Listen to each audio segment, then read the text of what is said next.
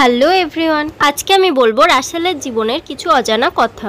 জামাইকার এক দরিদ্র শ্রমিক পরিবারে জন্ম হয় আমাদের প্রিয় রাসেলের। তার জীবনটা কিন্তু ৬-৪ মারার মতো এতটা সহজ ছিল না। ১৯৮৮ সালের ২৯শে এপ্রিল জামাইকাতে জন্ম হয় তার। সবার বাবা মার মতোই তারও বাবা মা চাইতেন রাসেল পড়াশোনা করে একটি ভালো কাজের চেষ্টা করুক, কিন্তু তার পড়াশোনা নয় বরং খেলাধুলাতেই আগ্রহ ছিল প্রচুর। তাই স্কুল বাঙ্ক করে তিনি ক্রিকেট খেলতে চলে যেতেন। তার পরিবারের আর্থিক অবস্থা খুবই খারাপ থাকার জন্য তিনি ঠিক করেন ক্রিকেটের মাধ্যমেই তিনি তার পরিবারের আর্থিক সমস্যা দূর করবেন। কিন্তু তার মা কখনোই চাইতেন না যে ছেলে ক্রিকেট খেলে। তাই তিনি তার মায়ের কাছ থেকে ২ বছরের সময় চেয়ে নেন। তিনি তার মাকে বলেন, যদি ২ বছরের মধ্যে কিছু না করতে পারি তাহলে তুমি যা বলবে আমি তাই করব। কিন্তু ২ বছর তিনি প্রচুর পরিশ্রম করেও কোনো সফলতা পান না। ছেলেকে এত পরিশ্রম করতে দেখে